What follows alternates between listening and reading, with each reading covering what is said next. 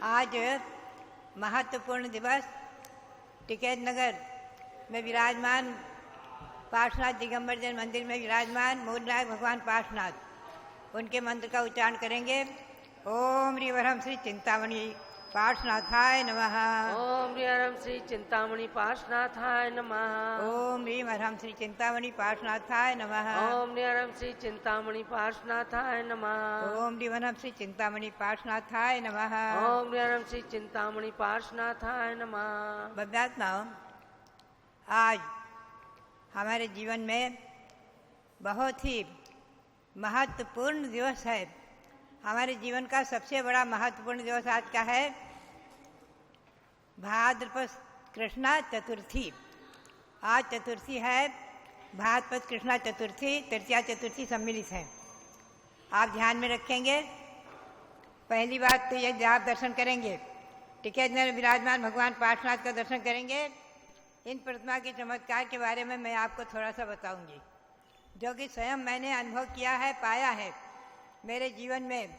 जो मेरे लिए भगवान पार्श्वनाथ वरदान स्वरूप महान कल्पवृक्ष भगवान पार्श्वनाथ हैं, ये चिंतामणि पार्श्वनाथ हैं और मनोकामना सिद्धि को करने वाले, पुण्य करने वाले पार्श्वनाथ।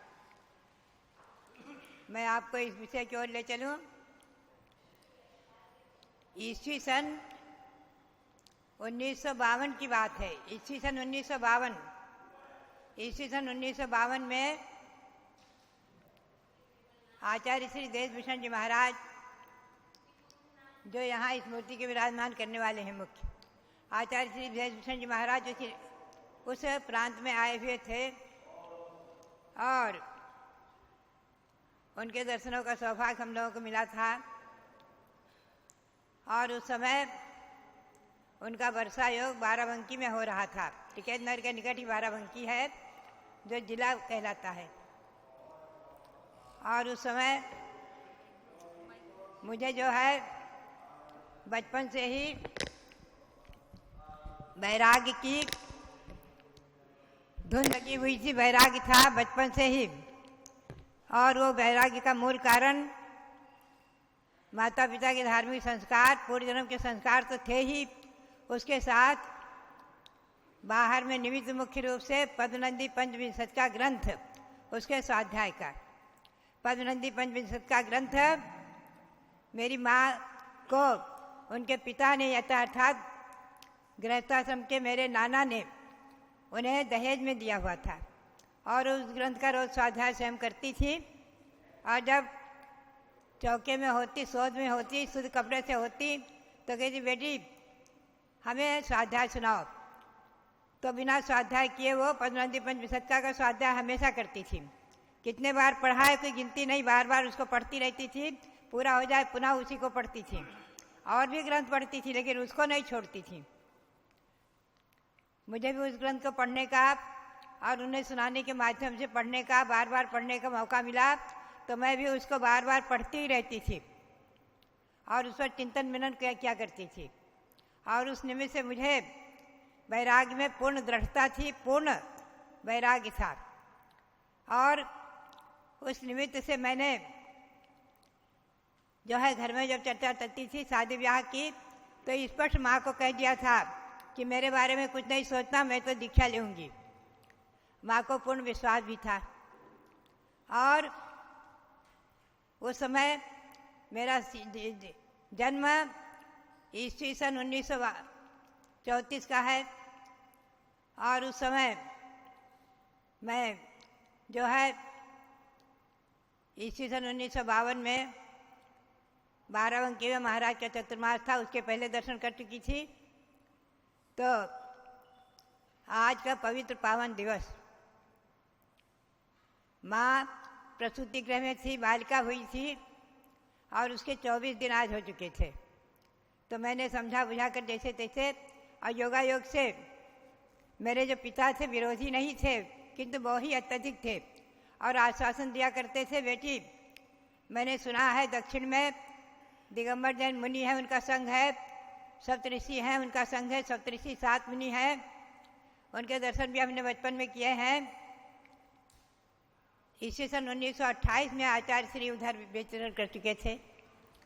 तो मेरा जन्म तो ईस्वी सन 1934 का है। और उस समय उन्होंने जो है मुझे कई बार आश्वासन दिया, बेटी चिंता मत कर, मैं तुझे जो है जब तू कहेगी जब मैं किसी न किसी दिगंबर मुनि के संघों में ले चलूँगा। 2 आरिकाएँ थीं उनके द्वारा दीक्षित, जो दिल्ली में थी, आरिका चंद्रमती नाम से और विद्यावती, वो भी टिकट नगर आके गई थी, उनका भी परिचय था। आश्वासन दिया करते थे, किंतु आश्वासन देना अलग है और छोड़कर आना। कहते थे बेटी मैं संग में ले चलूँगा और जहाँ कहेगी वहाँ छोड़कर आ जाऊँगा, लेकिन आश्वासन दिया करते थे। अब मैं जो है मैंने उस दिन हमारे पिताजी किसी काम से, व्यापारिक काम से कहीं बाहर गए हुए थे। मैंने अच्छा मौका देखा और माँ को समझाया बुझाया और मैंने कहा देखो मैं बाराबंकी आचार्य श्री से जो कुछ थोड़ा बहुत द्रव्य संग्रह और रत्नगढ़ शावकाचार्य आदि जो गाथाएँ किस लोग याद किए हैं उनको सुनाने जा रही हूँ, परीक्षा देने जा रही हूँ और मैं शाम को वापस आ जाऊँगी। वो आज का पवित्र पावन दिवस था, भाद्रपद कृष्णा चतुर्थी, आज भी वो तिथि याद है। और मैंने माँ को आश्वासन दे दिवा करके जैसे तैसे, क्योंकि उस समय महिलाएं 1 महीना तक प्रसूति गृह में रहती थी, बाहर नहीं आती थी, और 1.25 महीने के बाद जब व्रताचार मंदिर में जाने का होता था उसके बाद सब काम आदि करती थी। तो बालिका का जन्म हुआ था। उस समय मैंने जैसे से माँ को समझाया, और उस समय एक परंपरा थी कि कुमारी लड़कियाँ, बालिकाएं किसी को साथ लिए बगैर, छोटे भाई बहन को किसी को साथ लिए बगैर या माँ के बगैर मंदिर भी नहीं जाती थी। बाहर तो निकलना बिल्कुल दूर है, बाहर तो निकलती ही नहीं थी, बाहर निकलने ही नहीं देते थे, घर के बाहर नहीं निकलने देते थे। छोटे भाई या बहन किसी को पकड़ कर ले जाओ, मंदिर में दर्शन करने जाओ। तो मेरे एक छोटे भाई कैलाश चंद हैं, आते रहते हैं, वो छोटे थे, उनसे मैंने 2-3 दिन पहले भी समझाया था कि देखो तुम मेरा साथ देना, मेरी बात रखना, मेरा साथ देना, उसको समझाया करती थी। वो भी हाँ में हाँ कर देता था, समझता तो क्या था। तो मैंने कहा कि देखो मैं बाराबंकी देशभूषण जी महाराज के दर्शन करने जाऊंगी और शाम को वापस आ जाऊंगी। ऐसा माँ को आश्वासन देकर के और मैं मंदिर में गई। भगवान पार्श्वनाथ वहाँ के बहुत अत्याचारी चमत्कारिक हैं। मेरे जीवन में भगवान पार्श्वनाथ की भक्ति वरदान है। मैं उन पार्श्वनाथ भगवान का कभी भी नाम स्मरण नहीं भूलती हूँ, प्रतिदिन उन्हें नमन करती हूँ परोक्ष में। बद्यात्मा भगवान पार्श्वनाथ का दर्शन करने गई, माँ से आसना दे दिवा करके जैसे तैसे। माँ ने कहा ठीक है, कैलाश को लेकर के, भाई को लेकर के, कैलाश चंद्र का नाम, भाई को लेकर के जाओ। बस से जाने की व्यवस्था थी, बस से जाना और शाम को वापस आना। ठीक है, माँ ने जैसे तैसे मुझे आज्ञा दे दी। मैंने उन्हें भी आश्वस्त कर दिया कि शाम को आऊँगी। भव्यात्मा हूँ, आज तक वो शाम नहीं हुई है। मैंने आश्वासन दिया और मैं कैलाश को लेकर के साथ में और बस में बैठ करके बाराबंकी पहुँची। 1-2 घंटे में पहुँच गई। वहाँ जाकर भगवान मंदिर में वहाँ के मूलनायक भगवान और चंदापुर भगवान के दर्शन करके आचार्य श्री के दर्शन किए और प्रवचन आदि सुना। पुनश्च वहाँ पर क्या है कि हमारे पिता की बुआ का परिवार है, आज भी है, आते रहते हैं, परिचय दिया करते हैं। और हमारी माँ की मामा का परिवार था। सब परिवार रिश्तेदारी इधर सब बंधी हुई है, सब लोगों से जुड़े हुए हैं तमाम। कोई गांव या नगर या घर शायद ही बचा होगा, क्योंकि पहले बड़े बड़े परिवार होते थे। हम दो, हमारे दो की परंपरा नहीं थी। तो मैंने जो है मंदिर पहुंचकर दर्शन करके आचार्य श्री के दर्शन किए। आहार हुआ, 9 बजे हुए आहार हुआ। और उसके बाद मेरे पिता की बुआ के परिवार की एक महिला आई। वो कपूर चंद जी की धर्मपत्नी थी। उनको हम लोग भाभी कहा करते थे। हमारे पिता की बुआ के पोते थे कपूर चंद, उनकी धर्मपत्नी। और हाथ पकड़ा, बोली बेटी चलो चलो खाना खाने चलो। घर ले गई, खाना खा के फिर मंदिर में आकर बैठ गई। शाम तक मंदिर में बैठी रही और जैसे तैसे समझा बुझा कर कैलाश चंद को, भाई को वापस कर दिया। कह दो 2-3 दिन बाद आएंगे, 2-3 दिन बाद आकर ले जाना। समझा बुझा कर भेज दिया। वो चला गया। घर में सबको आश्वस्त कर दिया, आ जाएंगी आ जाएंगी। और जीजी ने कहा है कि 4-5 दिन में आऊँगी, 3-4 दिन में आ जाऊँगी। भव्यात्मा हो। और मैं घर नहीं गई। और मैं सबसे बड़ी बात आपको महत्वपूर्ण बताती हूँ। भगवान पार्श्वनाथ के मंदिर में गई थी जाते समय, और जाकर के भगवान पार्श्वनाथ वहाँ के मूल नायक हैं और उनकी मैं खूब भक्ति किया करती थी और खूब अंतरंग से भावनाएं जुड़ी हुई थी और सच्ची श्रद्धा। पूर्व जन्म के संस्कार तो थे ही थे कुछ। मैंने भगवान पार्श्वनाथ से कहा, भगवान आपके श्री चरणों में नमन करके मैं आज जा रही हूँ और मैं आपसे प्रार्थना करती हूँ कि मैं वापस आपके दर्शन करने पिच्छी लेकर के आऊँ, पिच्छिका लेकर आऊँ, दीक्षा लेकर आऊँ। पिच्छी लेकर ही आऊँ भगवान, आपके दर्शन करने पिच्छी लेकर आऊँ। और भगवान के श्री चरणों में नमन करके, उनके चरणों का स्पर्श करके, क्योंकि उधर महिलाएं भी जो है अभिषेक करती थी। हमारी माँ भी अभिषेक किया करती थी, आज भी करती हैं सब। वहाँ पर कोई रोक टोक बंधन नहीं, शुरू से है परंपरा। तो मैं भगवान के श्री चरणों का पहले अभिषेक किया, फिर चरण स्पर्श करके भगवान से प्रार्थना की, भगवान अब मैं आपके श्री चरणों का स्पर्श करके नमन करके आपको पुनः पुनः नमोस्तु 100 बार अनंत बार नमोस्तु करके मैं जा रही हूँ। और मेरी ये भावना है कि अब मैं आपके दर्शन करने पिच्छी लेकर के आऊँ। ऐसी भावना करके, ऐसी प्रार्थना करके मैं गई। और सचमुच में धीरे धीरे करके मैं टालती गई। माँ भी आई 6 महीने के बाद, और पिताजी भी आते रहे, सब आते रहे, बार बार आग्रह करते रहे। और मैं दिन भर तो मंदिर में बैठी रहती थी। वहाँ बाराबंकी में एक बगीचे में मंदिर है, उसमें उसे समोसरण मंदिर कहते हैं। चतुर्मुखी प्रतिमा विराजमान है। दिन भर वहाँ बैठी रहती थी। और वहाँ की 3-4 महिलाएं जो थीं, कोई रिश्तेदारी में भी थीं, कुछ ऐसे भी थीं, जो मेरे को पूर्ण रूपेण साथ देती थी। कोई ना कोई मेरे पास रहती ही रहती थी। 1 मिनट मुझे अकेली नहीं छोड़ती थी मंदिर में। कोई ना कोई 1-2 महिलाएं मेरे पास बैठी रहती थी। और शाम को रात में कपूर चंद की पत्नी थी, उनके हम भाभी कहते थे, वो हाथ पकड़ती और ले जाती, उन्हें अपने पास सुलाती, उनके पास हम सोते। वो हमारे पिता के बुआ के परिवार की थी। उनके पास ही रात में सोते, वो हमारे पास तो अपने पास सुलाती और सुबह स्नान आदि करके आ जाती। दिन भर मंदिर में बैठी रहती। भोजन के समय वहीं जाकर कर लेती है। जो आचार्य महाराज का आहार होता वो लोग आग्रह करते, वहाँ कर लेती। ऐसे करके भाद्रपद महीना व्यतीत होने को हो गया। धीरे धीरे कई बार बीच में पिताजी आए और आग्रह करते रहे, बेटी चलो चलो, तुमको पढ़ने की इच्छा है ना, हम पंडित एक रखेंगे, एक पंडित बुला लेंगे बुंदेलखंड से, और वो पंडित तुम्हें पढ़ाएगा। जितना पढ़ना उतना पढ़ना, पंडित मंदिर और मंदिर में रहना, घर में नहीं आना, घर में खाना भी नहीं खाना। जो तुम्हें निमंत्रण देगा वहाँ खाना खा लेना, लेकिन चलो टिकटनगर चलो, घर चलो, घर नहीं चलना, मंदिर में रहना। मंदिर में एक कमरा है, वहाँ तुम्हारी व्यवस्था कर देंगे। आश्वस्त किया करते थे और रोया करते थे। उन्हें बहुत ही मोह था।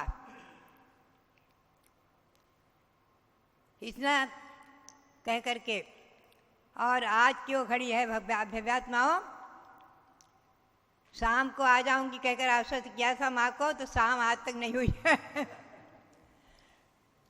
मैं वापस घर नहीं गई और भाद्रपद व्यतीत हुआ, आश्विन मास व्यतीत हुआ। धीरे धीरे करके कई बार पिताजी भी आए और माँ भी आती रहीं और आग्रह करती रहीं। दिन भर हम मंदिर में बैठे रहते थे, अपने स्वाध्याय करते, पढ़ते, पाठ करते, भगवान की भक्ति करते। और रात में कपूर चंद की पत्नी जिन्हें भाभी कहती थी, मैं वो ले जाती, उनके पास सोते और सुबह उठकर वापस आ जाते। ऐसा करके वो बगीची का मंदिर आज भी हमें आ जाता है, दर्शन करती हूँ तो बड़ा मन प्रसन्न हो जाता है। वो भी भगवान जो है पार्श्वनाथ भगवान ने हमारी प्रार्थना स्वीकार कर ली और वापस आचार्य श्री का बाराबंकी से विहार महावीर जी की ओर हुआ। धीरे धीरे पद विहार करके महावीर जी पहुँचे और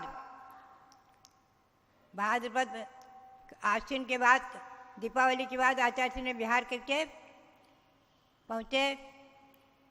लखनऊ भी कुछ दिन रहे। पिताजी बार बार आते रहते थे, बेटी चलो बेटी चलो। हुआ क्या कि जब मैं बीच में बताऊं आपको कि शरद पूर्णिमा के समय चतुर्दशी आश्विन शुक्ला चतुर्दशी को आचार्य श्री का केशलोच हो रहा था। और पहले केशलोच में बहुत ज़्यादा लोग उत्सव मनाते थे साधुओं का, क्योंकि मुनि साधु ज़्यादा थे नहीं। केशलोच कभी कभी किसी साधु के आते थे, बहुत चातुर्मास का योग किसी को मिलता था, कतिपय साधु ही थे। उस समय केवल पूरे भारत में दक्षिण में क्षुल्लक छिलका मुनि आदि का मिलाकर से केवल 70 साधु थे, गिनती के 70 साधु थे और आज 1700 हैं। वृद्धि हुई है। तो भव्यात्माओं, शरद पूर्णिमा की चतुर्दशी आचार्य श्री का केशलोच हो रहा था और मैं सामने, हम लोग सब बैठे हुए थे। एक तरफ पुरुषों की सभा थी, एक तरफ महिलाओं की। हम महिलाओं में आगे बैठे हुए थे, हमें सब आगे बिठा लेती थी 2-4 महिलाएं। और हमने जो है एकदम आचार्य श्री का केशलोच शुरू हुआ कि मैंने भी अपने केश उखाड़ने शुरू कर दिए। एकदम हाहाकार मचा, हल्ला मचा जोर जोर से और सब समाज के लोग उठकर खड़े हो गए विरोध में, बोलो ये क्या हो रहा है, रोको रोको रोको। लेकिन उस ज़माने में क्या था, कोई लड़की का हाथ नहीं पकड़ सकता था, किसी हिम्मत नहीं थी हाथ लगा दे। सब लोग हल्ला मचाते रहे, पुलिस को बुलाओ, ये करो वो करो, इसे जेल में डाल दो, ले जाओ, कुछ भी हल्ला हल्ला, जो कुछ जिसके मुंह में जो आता था सब बकते थे।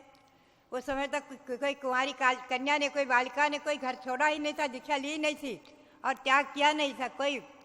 एक ऐसा जमाना था। सब लोग आश्चर्यचकित थे, बोले बालिका को कौन घर से निकलने देगा। कोई कहते चलो इसे जो है महावीर जी के महिला आश्रम में छोड़कर आओ, कोई कुछ कहते कोई कुछ कहते। किसी ने तो यहाँ तक कह दिया पागल खाने में बंद कर दो, पागल हो गई लड़की। जिसको जो कहना था कहते रहे। हम अपने केस उखाड़ते रहे। उस समय योगा योग से हमारे पिता भी आए थे केशलोच देखने, पूरा परिवार था, माँ भी थी और माँ की गोद में छोटी बालिका भी थी जिसका जन्म हुआ था। उसका नाम है आज मालती और दिल्ली है। और उस समय माँ तो एकदम बेहोश होकर गिर गई। उसके भाई आए हुए थे, मेरे गृहस्थाश्रम के मामा, उन्होंने उनको संभाला थोड़ा और महिलाओं ने संभाला। उनकी गोद में छोटी सी बालिका थी जन्मजात। और पिताजी जो है विक्षिप्त बना हुए तो कहीं चले गए, भाग गए। 2 दिन तक 3 दिन तक ढूंढे ही नहीं मिले। सब जंगल जंगल कुआं सब छान डाला। कोई तालाब ढूंढते थे, कोई कुआं में ढूंढते थे, कोई कहीं ढूंढते थे, कोई कहाँ गए कहाँ गए कहाँ गए। सब परेशान थे। फिर एक इधर छोटा गांव है, कोई कहलाता है बारिन बाग। व्यापार वगैरह के लिए कहीं इधर से जाते रहते थे, कभी कभी सबको परिचित थे। वहाँ पर जंगल में बैठे हुए मिले। हमारे जो बड़े पिता यानी ताऊ जी थे, वो उनको पकड़ करके जैसे तैसे और सब हाथ सुमूल करके लेकर आए। 2.5 दिन बाद तो उन्हें स्नान कराया, खिलाया पिलाया। और हम जो है इतने निर्मोही थे। शरद पूर्णिमा की वो यानी आश्विन शुक्ला चतुर्दशी केशलोच था। उस दिन तो मेरा भी उपवास ही था, उपवास ही हो गया। हालांकि केशलोच का कोई उपवास का महत्व नहीं था। और मैं बैठी रही। मुझे ज़बरदस्ती आचार्य महाराज ने क्या कहा कि जब तक समाज का इतना विरोध है, तुम्हारे माता पिता में से किसी की आज्ञा नहीं होगी, तुम्हें कोई व्रत नहीं दे सकता, दीक्षा नहीं दे सकता। क्योंकि लोग पुलिस की धमकी दे रहे थे, कुछ भी कर रहे थे, और पुलिस भी आ गई थी। पुलिस बोली मैं क्या कर सकता हूँ, ये मेरा विषय नहीं है, ये तो आपका समाज का विषय है, समाज का विषय है। फिर जो है होता क्या है, हमें जो है जब केशलोद करते हुए आचार्य श्री का केशलोद समाप्त हुआ और हम अपने बाल उखाड़ते रहे, बड़े बड़े बाल थे, जैसे हमारी बालिका बैठी हुई है ना, बड़े बड़े बाल थे। अब जो है तो जो है हंगामा बहुत था, तो महाराज जी बोले, आचार्य महाराज बोले, हमारी माँ के मामा थे, उनका नाम था बाबू राम जी, उनका भी बहुत बड़ा संपन्न परिवार है, आ जाते रहते हैं लोग। तो वो बोले, महाराज जी बोले, देखो तुम तो इनके माँ के मामा हो ना, तुमको अधिकार है, तुम बुढ़े भी हो, पकड़ लो हाथ, रोक दो। तो सचमुच में वो आगे बढ़े और मेरा हाथ पकड़ लिया और केशलोद रोक दिया, आधा हो गया था, रोक दिया। माँ के मामा ने हाथ पकड़ लिया और रोक दिया, नहीं बेटी बस, आचार्य महाराज की आज्ञा है, बस ठीक है। मैं मंदिर में जाकर बैठ गई, दिन भर बैठी रही। माँ को होश आया जब माँ भी जो है रात में जब 11 बजने को हो गए तो माली लोगों ने सबने कह दिया कि देखो अब तो मंदिर बंद होगा, आपको आप मंदिर से बाहर निकलना ही होगा। मंदिर में हम भगवान चंदा प्रभु यहाँ हैं, उनको भी हम चमत्कारिक मानते हैं, उनके चरण पकड़े बैठी रही थी। तो बोले अब तो बेटी चलना ही पड़ेगा, अब भगवान को छोड़ो, बेदी छोड़ो, बेदी बंद होगी, मंदिर बंद होगा, चलो ठीक है। माँ ने हाथ पकड़ा, चलो बेटी। और हमारी जो कपूरचंद की पत्नी थी, जिन्हें भाभी कहते थे, उन्होंने भी हाथ पकड़ा, चलो बेटी। घर में गए, रात भर मेरा और मेरी माँ का संवाद चलता रहा, चर्चा चलती रही रात भर। 10-11 बजे तो ले ही गए थे। वो समझाती थी, बेटी बहुत मोर्ख मार बड़ा कठिन है, दीक्षा लेना बहुत कठिन है, तुम इतनी छोटी बालिका तो क्या समझे, अभी कोई तो कुंवारी कन्या अभी तो घर से नहीं निकली है, 2-3 बुढ़ी आरिकाएँ हैं और कोई नहीं है, कहाँ रहेगी। महाराज के पास तो कोई आरिका नहीं, कोई नहीं, महाराज के पास केवल एक क्षुल्लक थे, कोई नहीं था। ऐसी स्थिति में महाराज भी नहीं रखेंगे संग में, ऐसी स्थिति में तो कहाँ जाएगी, क्या करेगी। वो अपना समझाती थी, मैं उसे समझाती थी। मोक्ष मार्ग बहुत सुलभ है, अनादिकाल से अनंत काल से व्यतीत करते हुए निगोद में रहे और न जाने क्या क्या, ऐसे उसको समझाती थी। शास्त्र की भाषा उसको समझाती थी। पंच परिवर्तन करते करते अनंत काल निकल गया। अब मनुष्य परिवार मिली, हमें दीक्षा लेकर आत्मकल्याण करना, हमको कुछ नहीं सुनना, किसी की नहीं सुनना।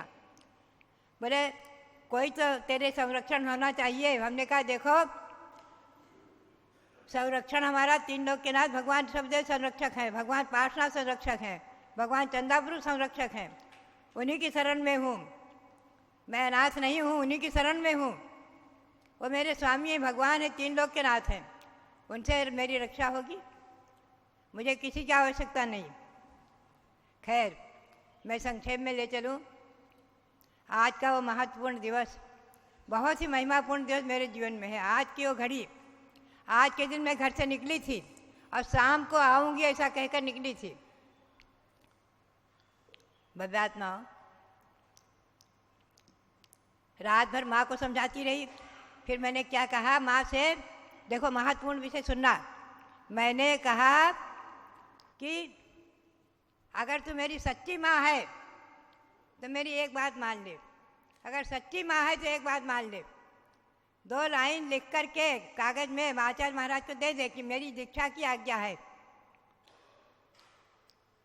जैसे जैसे रोते हुए माँ ने मेरी बात मान ली। मैंने उसे एक कागज दिया, एक पेंसिल दिया और उसे 2 लाइन लिख दिया, आचार्य महाराज मेरी आज्ञा है, आप इसे दीक्षा दे सकते। और उसने लिख कर के वो छोटा सा कागज, 3 लाइन लिख कर के छोटा सा कागज सुबह जाकर के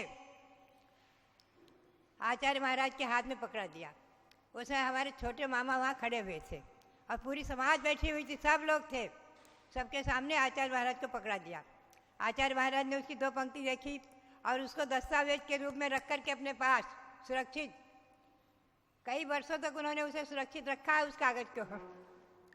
और वो जो है उन्होंने कहा ठीक है। अगले दिन जो है मैंने जो केसलोच के बाल थे, आचार्य महाराज ने महिला से कह दिया इस बात को अब आगे निकाल दो, काट दो। और मैं बोले स्नान करा कर इससे सफ़ेद साड़ी पहना के ले आओ। स्नान करा के मुझे सफ़ेद साड़ी पहना दी, पहुंच गए। अब फिर समाज का हंगामा शुरू हो गया, जबकि माँ ने लिख कर दे दिया था, मालूम हो गया था समाज को।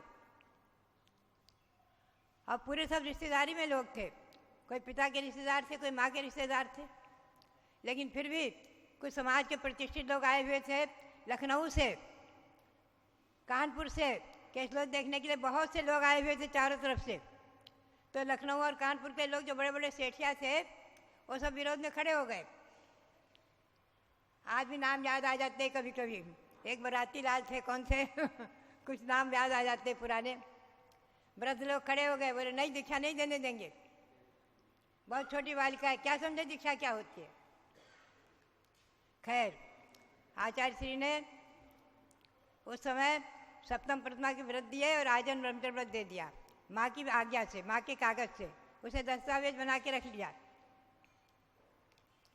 और पिताजी नहीं मिले, ढूंढने तो लोग सब परेशान थे। कहते थे बेटी कितनी निर्दयी है तू, तेरे पिता कहाँ डूब मरे, कहाँ गए, क्या हुआ, मर गए कि जिंदा है कौन जाने। 2 दिन हो गए ढूंढते ढूंढते। लेकिन वास्तव में मैं इतनी निर्मोही थी, अनंत अनंत संसार में अनंत अनंत माता पिता को रोते हुए छोड़ा है, अनंत अनंत माता पिता को रोते हुए छोड़ा है, किसकी चिंता करना। आत्मा भिन्न है, शरीर भिन्न है, आत्मा भिन्न है, शरीर भिन्न है। अपनी आत्मा को परमात्मा बनाने का पुरुषार्थ करना है, किसी से मोह नहीं करना है। कौन किसकी माता, कौन किसका पिता, संसार में सब नाते सब झूठे हैं। जहाँ देह अपनी नहीं तहाँ न अपना कोई, घर संपत्ति पर प्रकट ये पर है परिजन लोग। इन 12 भावनाओं को वैराग भावना आदि को सुनाती रहती थी। और पद्मनंदी पंचविंशतिका के श्लोक भी कई याद थे। इंद्रत्वम च निगोदताम च बहुधा। अरे हमने बहुत बार तो इंद्र पर्याय पाई, बहुत बार निगोद में गए, संसार में परिभ्रमण करते करते अनंत काल निकल गया, क्या नहीं मिला। सम्यक दर्शन बोध व्रत प्रतिम ताम देव पूर्णाम करो। सम्यक दर्शन ज्ञान और चारित्र नहीं मिला, इसी के है भगवान, इसकी पूर्ति करो। यही श्लोक रट कर सुनाती रहती थी। खैर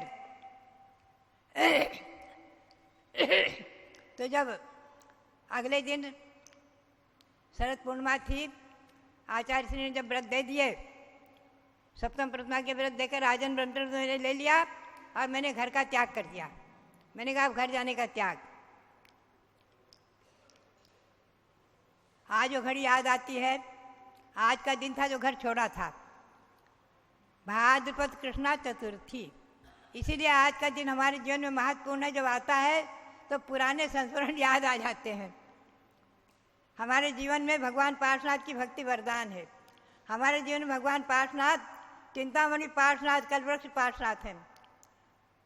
ये मूर्तियाँ चेतन होकर भी चेतन को वांछित फल देती, जो पूजे ध्यान भक्त करे उनके सब संकट हर लेती, मनवांछित पुण्य मनवांछित कार्य बना देती। भव्यात्माओं, ऐसे उन पार्श्वनाथ की भक्ति मेरे जीवन में वरदान बनी। आगे भगवान आचार्य श्री का चातुर्मास, आचार्य श्री का चातुर्मास के बाद बिहार हुआ, महावीर जी पहुँचे और चैत्र कृष्णा एकम को मुझे छिल्लिका दीक्षा दे दी। और बहुत भीड़ थी, वो तो वहाँ मेला भरता था। और दीक्षा लेने के बाद पुनः आचार्य श्री का बिहार इधर ही हो गया और बाराबंकी आ गए और टिकैत नगर में पहला चातुर्मास हुआ। पहला चातुर्मास उसी जन्मभूमि टिकैत नगर में आचार्य श्री का हुआ। और उस समय क्या हुआ, महावीर जी में एक छिल्लिका मिल गई थी। वो कुछ अस्वस्थ थी, वहाँ महिला आश्रम में, कृष्णावेई के आश्रम में रो रही थी, पड़ी थी। उनको हमने साथ में ले लिया, एक सहयोगी हो गए। और हमारी आचार्य श्री ने छिल्लिका दीक्षा दे दी, नाम वीरमती रखा। बोले इसने वीरता का काम किया, इसलिए वीरवती नाम। और मैं छिल्लिका होकर के आई और भगवान के श्री चरणों में जाकर नमस्तक किया। पीछे रख करके भगवान के चरणों में मस्तक टेका और भगवान से कहा कि हे भगवान, आपने मेरी मनोकामना सफल कर दी। मैंने नियम किया हुआ था, आपके श्री चरणों में प्रार्थना करके गई थी कि मैं पिच्छी लेकर हाथ में आऊँ, तो पिच्छी लेकर आपके शरण ठहरने में आई हूँ। आपने मेरी भावनाओं को पूर्ण किया है। ऐसे टिकट नगर भगवान पार्श्वनाथ अत्यंत चमत्कारिक और महिमापूर्ण है। आज का दिन जब याद आता है तो पार्श्वनाथ की भक्ति, कल ही हमारी ब्रह्मचारी बहनों ने वहाँ फ़ोन किया टिकट नगर, बोले माता जी को सुबह सुबह दर्शन जरूर करा देना पार्श्वनाथ के, और अभी दर्शन हमको कराया, टीवी चैनल के माध्यम से दर्शन कराया। तो भव्य आत्माओं, बात यही है कि मूर्ति अचेतन होकर भी चेतन को वांछित फल देती। जो पूजे जावे भक्त करे, उनकी सब संकट हर लेती, उनके वांछा पूरी करती, उनकी सब मनोकामनाओं को सफल करती है। तो भव्य आत्माओं, इतना जरूरी है कि माता पिता को एक खेद रहा कि हमने दीक्षा क्यों नहीं देखी, महाराज ने सूचना क्यों नहीं दी। जो भी है, खैर, कहने का मतलब तो यही रहा कि भगवान पार्श्वनाथ की भक्ति हमारे जीवन में वरदान है। टिकैत नगर के भगवान पार्श्वनाथ अच्छेकारी चमत्कारिक हैं। उनको अनंत अनंत बार नमन करते हुए पार्श्वनाथ भगवंत को, पार्श्वनाथ भगवंत हैं वांछित फलदातार, नमो अनंतो बार में, नमो अनंतो बार में पाऊँ सौख्य पार। भव्यात्माओं, ऐसे पार्श्वनाथ भगवान हमारे जीवन में, टिकैत नगर के भगवान पार्श्वनाथ हमारे जीवन में वरदान बने हैं। उनके श्री चरणों में आज अनंत अनंत बार नमन करते हुए, और यहाँ विराजमान भगवान ऋषभदेव, इनके भी चमत्कार आपको सुनाएंगे। यह हमें ध्यान में दिख गए थे हसनापुर में। यह भी महान चमत्कारिक अच्छेकारिक हैं, ध्यान में दिखे थे सन 92 में, धनतेरस के दिन ध्यान में दिखे थे। इनके दर्शन अपने आप ध्यान में हो गए थे, हमें पहले दर्शन नहीं किए थे। मूर्ति बनते हुए देखा था जब जा रही थी शिखर जी। तो भव्यात्माओं, सन 1952 की घटना, भाद्रपद कृष्णा चतुर्थी आज का दिन था। दीक्षा हो गई चैत कृष्णा एकम को महावीर जी में। भगवान महावीर स्वामी भी हमारे जीवन में चमत्कारिक अच्छेकारी रहे, वो तो अच्छेकारी है ही हैं। चादरपुर के महावीर स्वामी का तो अच्छे प्रसिद्धि है। तो भव्यात्माओं, ये मूर्ति अचेतन होकर भी चेतन को वांछित फल देती। जो पूजे ध्यावे भक्ति करे, उनके सब वांछित फल देती, उन्हें मन वांछित फल देती। भव्यात्माओं, ऐसे पार्श्वनाथ भगवान के चरणों में अनंत अनंत नमन करते हुए, और भगवान ऋषभदेव के चरणों में अनंत अनंत नमन करते हुए, आप सबके लिए बहुत बहुत मंगल आशीर्वाद। बात यही है, मैं तो आप सबको यही प्रेरणा दूंगी कि भगवंतों की खूब भक्ति करो, जो चाहोगे सो मिलेगा। अभी हमारे रविंद्र कीर्ति जी कह रहे थे कि विधान ऐसा चमत्कारिक है, इंद्रधनुष विधान, जिसने जो मांगा सो मिला है। जिसने एक मांगा तो उसको 3 मिले हैं, 3 फल मिले हैं। ऐसे अनेकों उदाहरण हैं। दिल्ली में एक सज्जन कहते थे, हमने एक चीज़ मांगी थी, हमको 3 मिले। तो बात यही है कि भगवंतों की भक्ति आप जितनी भी करेंगे, आपके सब मनोकामनाएं सफल होंगी, और एक न एक दिन अपनी आत्मा को भगवान बनाएंगे। ये भगवान की भक्ति एक न एक दिन हमें और आपकी आत्मा को भगवान बना देगी। हम और आप जहाँ भगवान विराजमान है उसी सिद्ध सिरा पर पहुँच जाएंगे। 2-3 भाव में निश्चित पहुँच जाएंगे। हम और आप सम्यक दृष्टि हैं, सच्चे श्रावक हैं, सच्चे श्रद्धालु हैं। निश्चित ही एक न एक दिन भगवान की भक्ति करते हुए भगवान जहाँ विराजमान है वैसे अपनी आत्मा को परमात्मा बनाकर वहीं पहुँच जाएंगे। इसी भावना के साथ अनंत सिद्धों को नमन करते हुए, पार्श्वनाथ भगवान को और ऋषभदेव भगवान को नमन करते हुए, आप सबके लिए पुनः पुनः बहुत बहुत मंगल आशीर्वाद।